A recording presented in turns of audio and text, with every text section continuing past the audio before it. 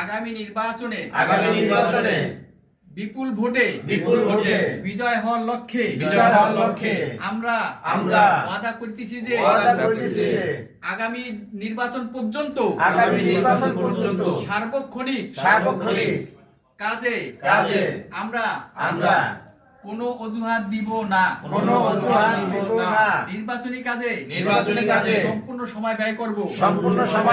আমাদের ওয়াদাকে আপনি কবুল করুন। আমাদের সমস্ত পেরেশানি আপনি দূর করে দেন।